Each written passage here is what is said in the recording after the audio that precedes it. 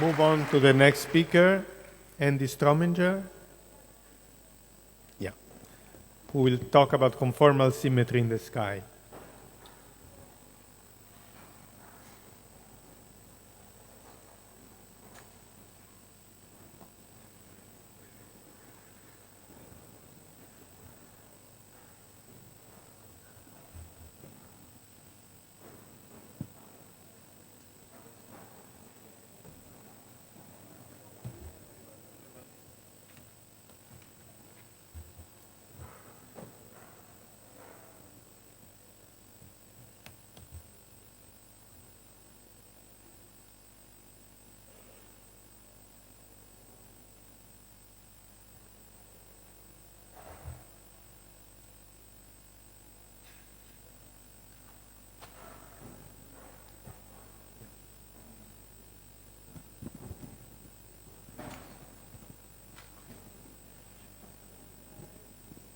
I have to come over here and hit this.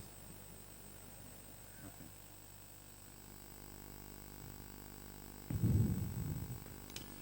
Sorry, the laser pointer is this? Oh. If not, Good.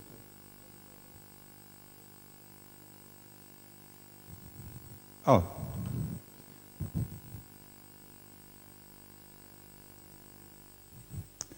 Okay, so I want to thank Massimo and Remo and the organizers for the invitation to this conference, which covers such a wonderfully broad area in modern physics and astronomy. And so investigations in string theory over the last several decades have revealed a number of surprising and powerful and computationally effective relationships between quantum systems.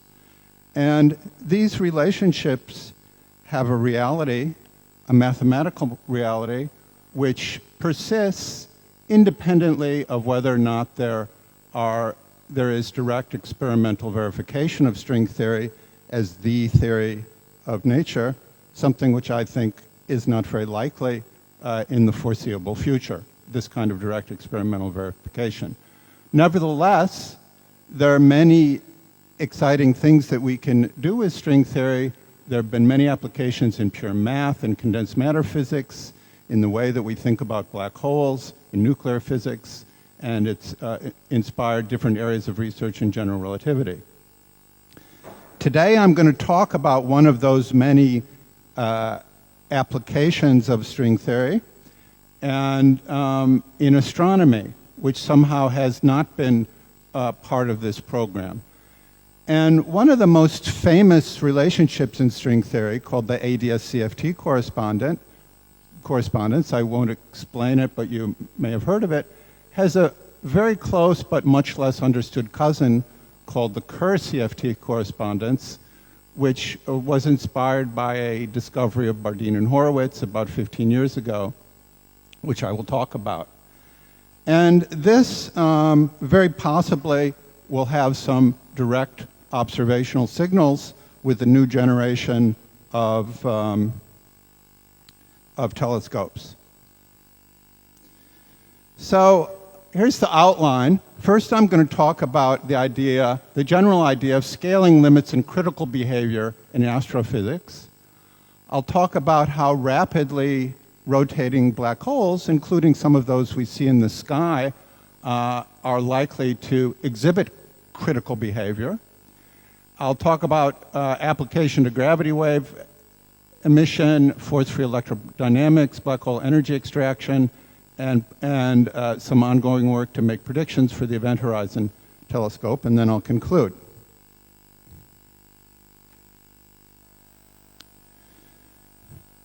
Now, condensed matter physics, like astrophysics and astronomy, involves very complicated systems with many different degrees of freedom, which we never try to understand in detail. Instead, we look at very special situations, extreme situations, where there's special behavior that we can hope to understand analytically, so-called critical behavior. So a famous example of this was already found in 1869, where it was found that carbon at the liquid-gas transition suddenly became opaque. And this, like many other kinds of critical behavior in condensed matter, is accompanied by an enhanced symmetry. In this case, it's a conformal symmetry. So why can't we do the same? Why can't we look for the same kind of, well, another example in condensed matter physics, more relevant to what I'm going to talk about today, is, for example, in the Ising model, and this has been experimentally realized, if you look at the system at very long distances and low energies, you find that there's a symmetry which appears. Now this one, under which you're rescaling both separations and time, this is not very surprising, because if you go to a length which is longer than any dimensionful scale, the physics should become very simple. What is surprising, and what has been known for many decades, is that it's not just this scaling symmetry, but there's an infinite dimensional symmetry called conformal symmetry, which appears in these 1+1 dimensional critical systems. And it's known that there's a very general reason that I won't be able to explain here, but there's a proof that basically under most circumstances, whenever you get this scaling symmetry, it gets an infinite dimensional enhancement. And I'm going to argue that such infinite dimensional enhancements also occur in astrophysical systems. So why don't we talk about critical behavior in astronomy? Well, we do. We don't use those words, but there's a very famous example, which John just alluded to, and that is if we look at the sky at very, very high redshift, which is very, very low energies, we're looking into the inflationary era, and we believe that in the inflationary era, the geometry was the de Sitter geometry, which has a bigger isometry group than a Friedmann FRW universe. And that turns out actually to be the conformal group of R3. I wrote R4 here. It's a conformal group of R3. And the scale invariance of the CMB fluctuations is a very simple and direct consequence, robust consequence of that symmetry. So we've already observed conformal symmetries, enhanced symmetries in astronomical contexts in the very early universe. This talk is going to concern another region of infinite redshift, or very high redshift, and that is the near horizon of an extremely rotating Kerr black hole. And we're going to see that there's actually an infinite dimensional enhanced symmetry group that occurs there. So let me explain how that happens. And after we explain how that happens, we'll talk about what the observational consequences of that might be. So here I'm going to repeat a calculation made by Robinson and Portate in 1959, which is a little warm-up to the extreme rotating black holes. So here is the geometry of a black hole with charge Q, an extremal Reissner-Nordstrom black hole, with charge equal to mass in gravitational units. Now we can do a coordinate transformation of this type, and then we can take lambda to 0, keeping r fixed, which will mean that, keeping x fixed, which will mean that r has to become very near q. In other words, we can only probe regions very near the horizon of the black hole. And in that limit, the metric takes this form. It's just a two-dimensional factor, which is a space of constant negative curvature, two-dimensional anti-de Sitter space, times a two-sphere, and this is called the Robinson-Portate universe. It looks kind of like this. If we go near such an extreme black hole, away from the black hole, space-time is flat, but when you get close, there's a throat, which actually has an infinite spatial length, and in that throat, the geometry is this two-dimensional anti-de Sitter space times a two-sphere, and that near-horizon geometry, which on its own solves the Einstein equation, has a bigger enhanced symmetry group. The time translations U1 become the conformal group in two dimensions, the global conformal group in two dimensions, SO2, 1. And so we have a symmetry which includes a scaling which changes energy and distance from the horizon. So this has been known for 50 years. More recently, it's been understood that the same thing, we don't expect to see, of course, black holes with macroscopic amounts of charge because they would be quickly neutralized by attracting oppositely charged objects from surrounding plasmas. So an extreme Kerr black hole. So there's a limit to how fast a black hole can spin, and that limit is achieved when the horizon, the angular velocity of the horizon approaches the speed of light. And so any excitation which stays at the horizon must be moving at the speed of light. Now, there are about 20 to 25 black holes whose spins have been measured, and it's surprising that of those 20 to 25 black holes, 3 of them, this is one of the many mysteries that astrophysicists don't understand, but there's actually a tendency for the black holes to be spinning very rapidly. 3 of them have spins which are within 2% of the maximal value, and that includes GRS 1915 plus 105, which, because of its luminosity and because of its very bright accretion disk, is actually the most studied black hole in the universe. It also includes a supermassive black hole in a nearby galaxy, MC6 3015, and very recently there have been results reported for the spin of Cygnus X1, possibly the first black hole ever discovered, and it also seems to be moving very near light speed. So the things I'm discussing are observed up in the sky. Now, how are they observed? Well, there's a companion star, and there's matter pulled off that forms an accretion disk, and the emissions from the accretion disk are measured.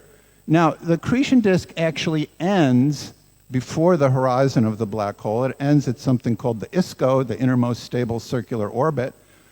Once they hit there, they go free fall into the event horizon. And so you can measure the redshift at the ISCO by looking at the X-ray or iron line emissions. And from that, you can use the Einstein equation to work backwards and figure out how rapidly the black hole is spinning. Now, on this transparency, which I won't try to go through in detail, I show, following Bardeen and Horowitz, that the near horizon region of a maximally spinning extreme Kerr black hole has a decoupled region which, in a slightly more complicated, here you can see the ADS2 factor, it has an SL2R isometry, and in fact, at a fixed polar angle which corresponds to the boundary of the ergosphere, if you take a fixed polar angle at the boundary of the ergosphere near the horizon of an extreme Kerr black hole, that is a three-dimensional space-time, which is three-dimensional anti-de Sitter space. So we actually kind of see anti-de Sitter space regions in the sky, and that is why some of the explorations in string theory and the things that have been discovered can be translated and used to think about this problem. Okay, so we want to think about this near horizon region, and NASA has kindly made us a video of what it means to zoom in to the near horizon region of a very rapidly rotating black hole.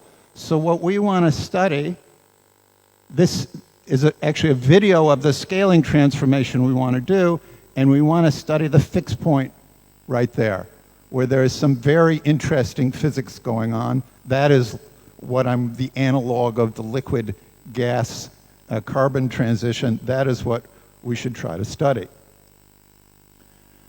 Now, as the spin becomes maximal, the edge of the accretion disk goes to the horizon, and that we see emissions from that region, and in that region, so for GRS 1915, this symmetry should control the dynamics to within 2%. So we are in the right dynamical regime. The observations are in the right dynamical regime. Now, this is not the end of the story.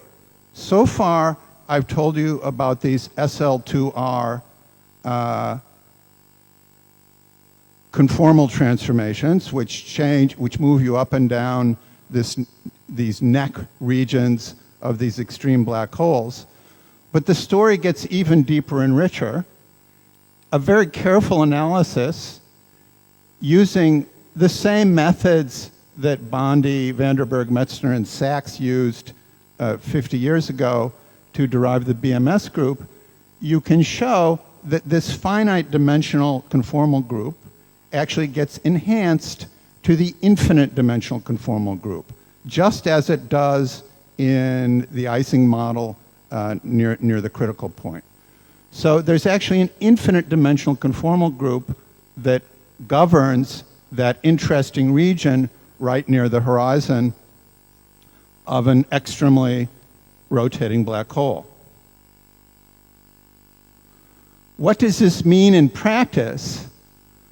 Well, in practice it means that if we want to do any sort of calculation involving an extreme rotating black hole, we can take this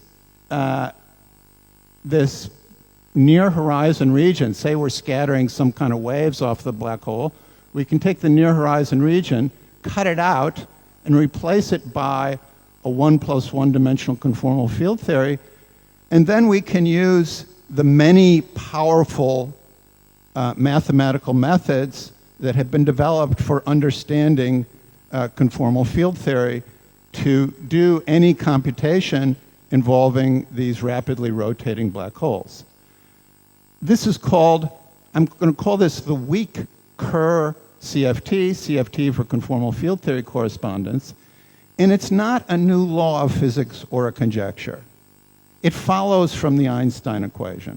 It's a mathematical fact that you can do this transformation and use the methods. It's just a way of rewriting the Einstein equation that makes the conformal symmetry manifest.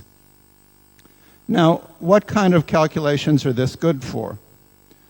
Well, the first, I have a little aside here. There's also something called the strong Kerr CFT conjecture. And the strong Kerr CFT conjecture is a conjecture. It's not verified. And it says that quantum gravity on this region is dual to a two-dimensional conformal field theory as an exact quantum statement. Now, any sentence that contains the words quantum gravity must be a conjecture because we don't know that quantum gravity exists. And this strong Kerr CFT is of a lot of interest because it may help us understand some of the puzzles about black holes and the Bekenstein-Hawking entropy, but that's not what I'm talking about here. What I'm talking about here is just that this conformal symmetry exists and that we can hope in the foreseeable future to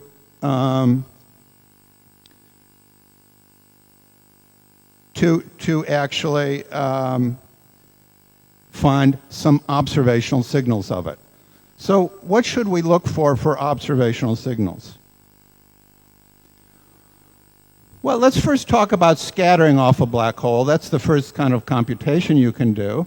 So there's a whole book on this by Chandrasekhar, and you can, solving the wave equations, scattering gravitons, scalars, fermions. And actually, you can map that to a calculation in a two-dimensional conformal field theory.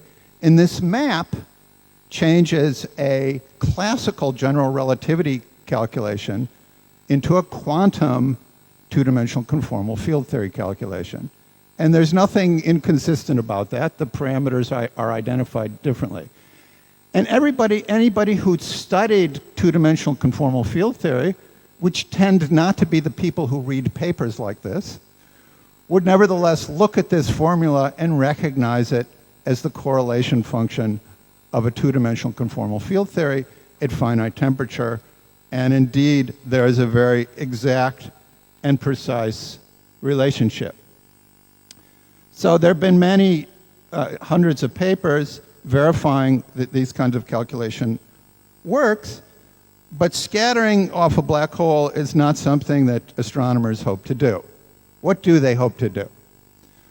Well, at ELISA, one of the proposed observable signals, depending on who you believe, ELISA would see events like this between once and 5,000 times a year, is a star spiraling off the ISCO into a stellar mass object spiraling off the ISCO into a supermassive black hole.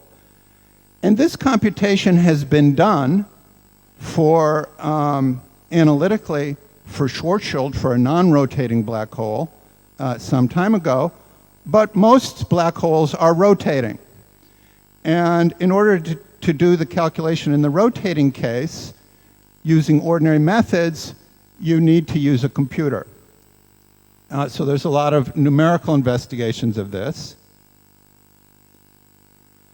However, we've been able to solve the problem analytically at extreme rotation using this conformal symmetry. It's a little bit like if somebody wanted to see the liquid gas opalescence, and they started with a numerical simulation. They didn't know there was a symmetry at the phase transition, and they started with the numerical simulation of the carbon molecules. They would have a very hard time seeing the critical opalescence near the phase transition. Their computers would probably crash, but if they knew about the symmetry, they would organize the calculation differently and could do it analytically without a computer. That's exactly what we're doing here for this astrophysically relevant case of Kerr.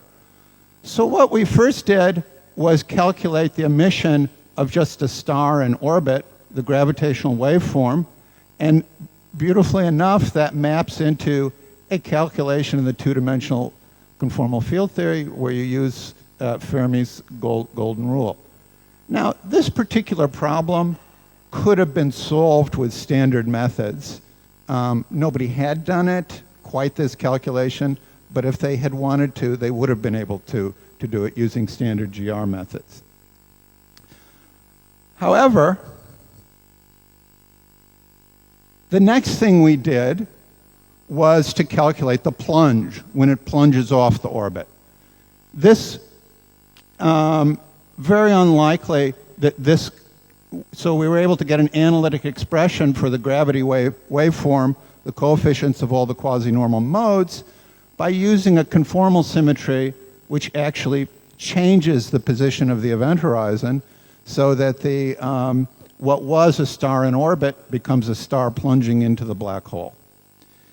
And even more recently, these are for stars which kind of drift off the ISCO into the black hole. In astrophysical applications, there's often some initial eccentricity, and you get a fast plunge into the black hole, and again, that's dual to something that condensed matter physicists call a quantum quench. And again, we were able to get analytic expressions for the gravitational waveform. And in order to do this, we had to use the full conformal group, not the full infinite dimensional conformal group, for the map that does this. So that's one. Unfortunately, it's going to be some time before ELISA is able to see these events. Another interesting directions, which I've just learned about in the last few years from my astrophysicist friends, is the equations of force-free electrodynamics. It's widely believed that most or all black holes are surrounded by plasmas in magnetospheres that can be described by these very beautiful and interesting nonlinear equations to describe force-free electrodynamics, that is, electrodynamics in the presence of a dilute plasma. And these are very important equations. But up until 2 years ago, and not only important, but Blanford and Znayak, and my understanding is this is generally accepted, argued that they govern electromagnetic energy extraction out of a black hole, which in turn powers most of the very bright signals. The very bright signals in the sky need an energy source, and in most cases it's believed that that energy source is a rotating black hole from which energy can be mined. So we want to understand these equations, but amazingly enough, up until 2 years ago, there were no analytic solutions known. All work was numerical. And in particular, it was a perturbation expansion around Schwarzschild. Now, energy extraction requires spin. The more spin, the better. And it happens near the horizon.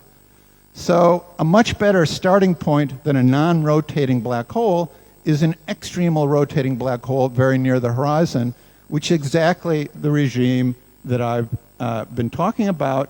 And in fact, we have been able to use the conformal symmetry to solve these equations exactly. And here's a little movie of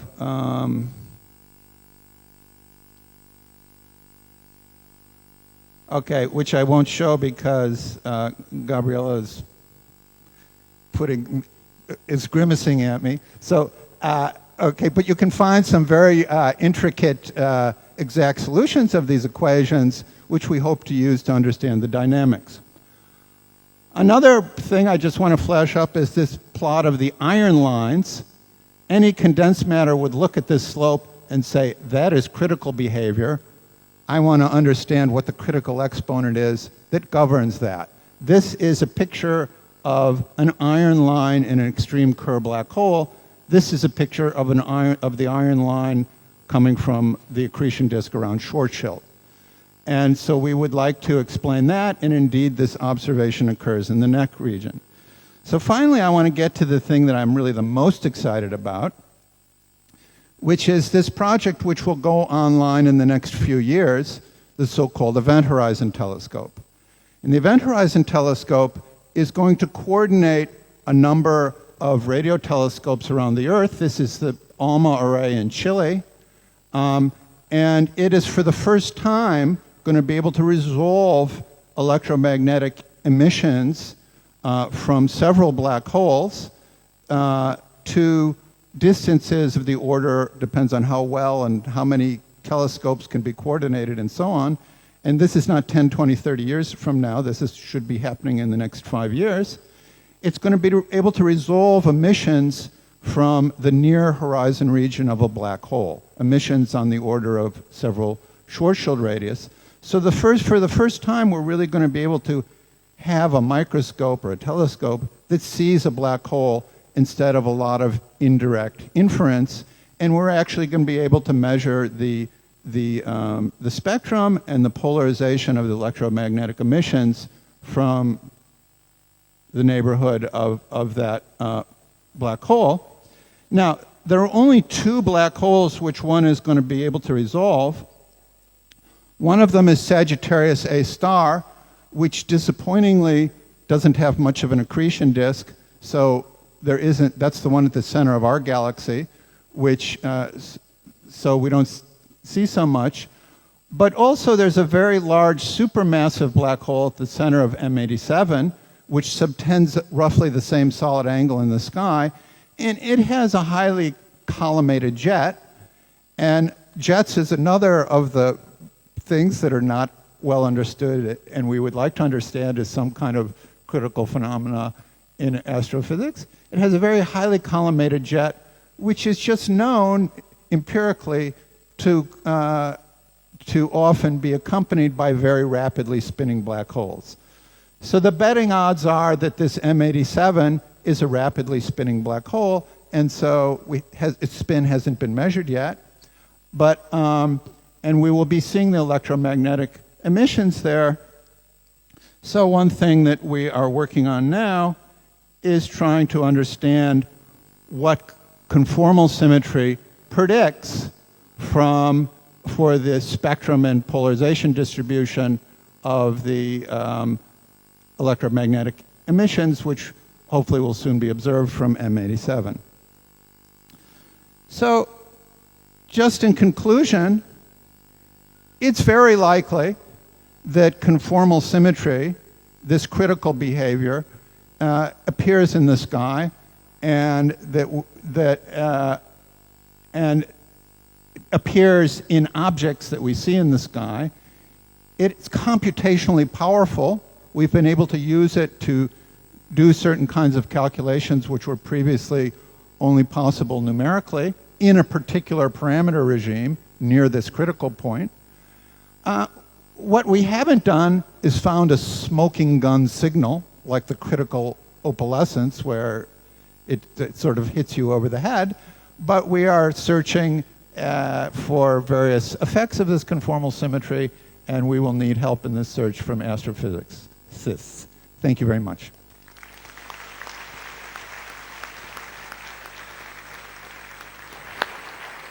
Thank you, Andy. I think there is time for a few questions. Unfortunately, we are running a little late. I'm sure there are many.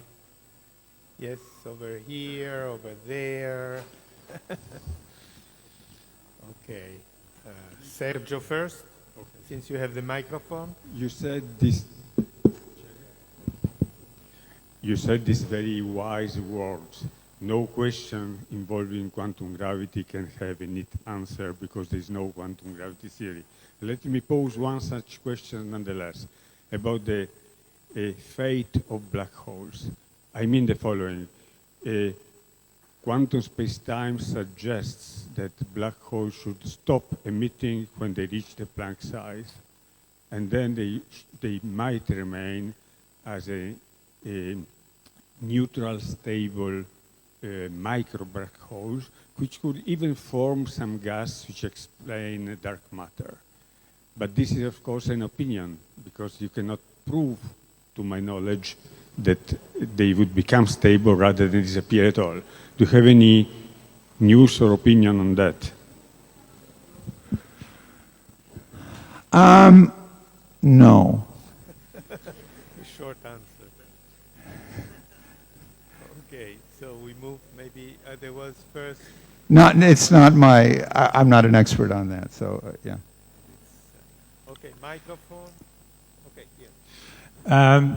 I think it's indeed interesting to solve perhaps one of the challenging waveform prediction problems for ELISA, to think about gravitational wave production from matter falling in very, very nearby the event horizon, where already for intuitive reasons you might expect indeed the gravitational wave luminosity to be dominant.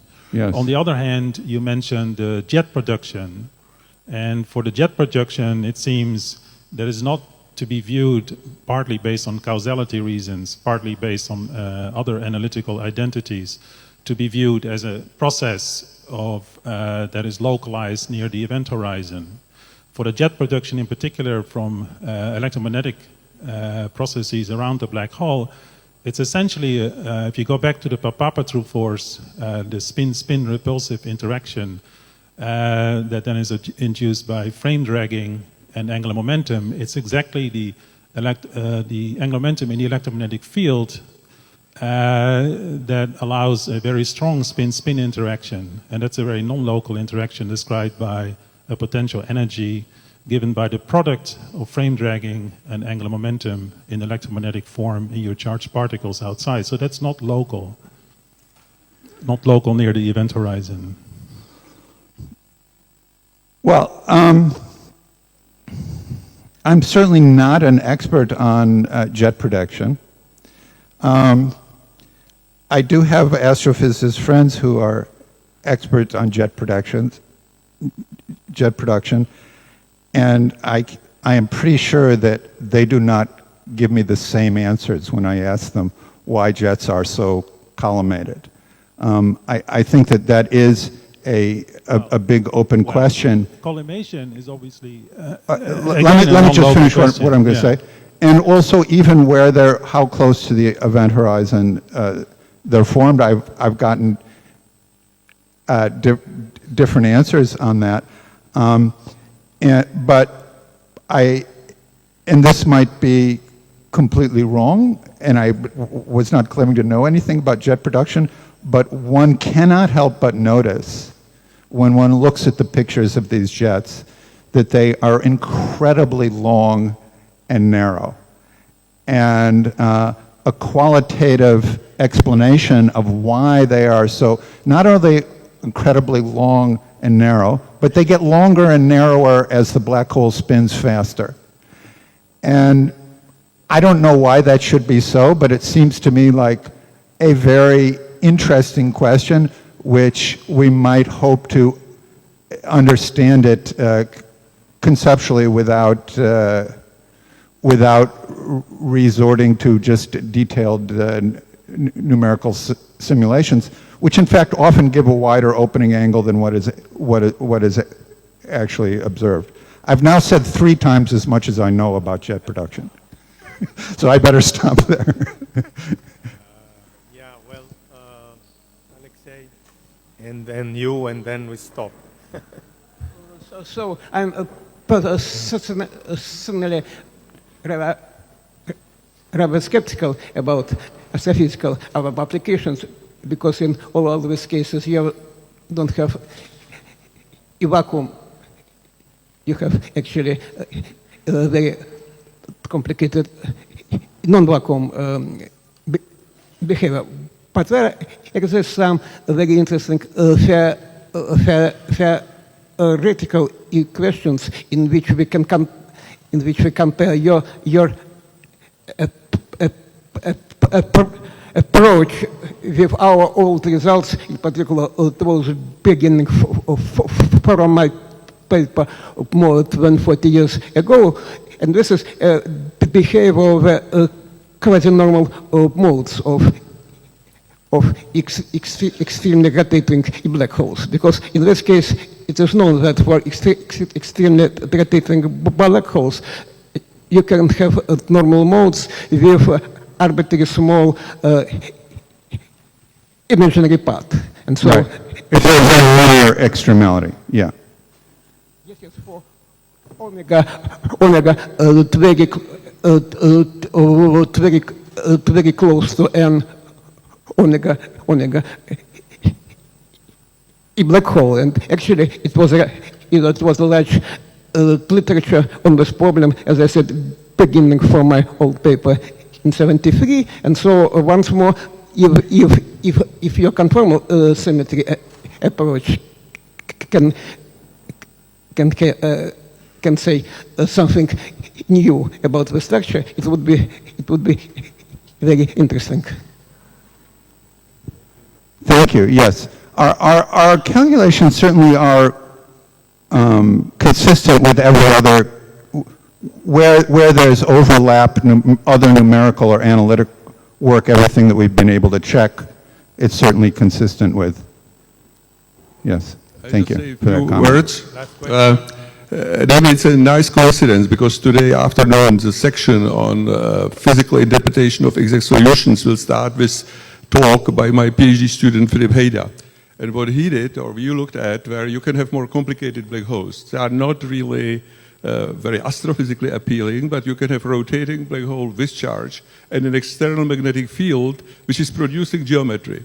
These are quite complicated objects. If they are strong, so a magnetic field, so they are not very realistic astrophysically, yes, but they are of great interest. And he did exactly what you were making propaganda here.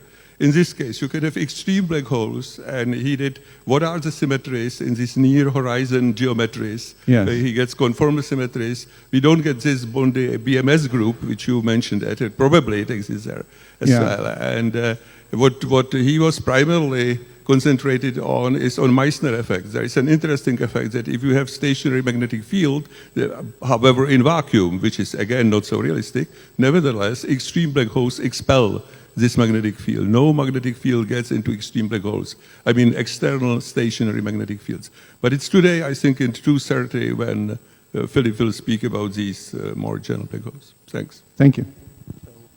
Unfortunately, we have to cut here the discussion if we want to have a decent lunch break. And we thank Andy again